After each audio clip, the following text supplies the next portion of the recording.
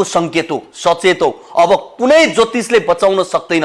विरोध गर्नेलाई विरोध गर्ने ठाउँ सही भएन भन्ने, अनि प्रश्न गर्नेलाई प्रश्न सही भएन भन्ने आलोचक प्रदर्शनकारीलाई शेख हसिनाले यस्तै टिप्पणी गर्थिन्। तर कति नमिठोसँग सत्ताबाट बहिर्गमन हुनु पर्यो। नभुलौं, क्यान्टोनमेन्टको फाइल, सुन तस्करीको फाइल, एनसेल कर छलीको फाइल किन नखोलेको? गिरिबन्धुसँग नक्कली भुटानी शरणार्थी किन साटेको? आज उठेका प्रश्न यिनै होइनन्? राजदूत भागभण्डामा एकजुट, संवैधानिक नियुक्तिमा एकजुट, न्यायाधीश भागभण्डामा एकजुट, प्रदेश प्रमुख नियुक्तिमा एकजुट, जिल्ला समन्वय समितिको भागभण्डामा एकजुट, आपराधिक कैद माफीमा एकजुट, कालो बजारी सिन्डिकेटमा एकजुट। अब भन्नुस्, विरोध नगरेर पूजा गर्नुपर्ने? यिनीहरूको भ्रष्टाचारको मुद्दामा हदम्याद, बलात्कारको मुद्दामा हदम्याद, ठगीको मुद्दामा हदम्याद, कृत्यको मुद्दामा हदम्याद, नरसंहारको मुद्दामा हदम्याद, हत्याको मुद्दामा हदम्याद, लुटपाटको मुद्दामा हद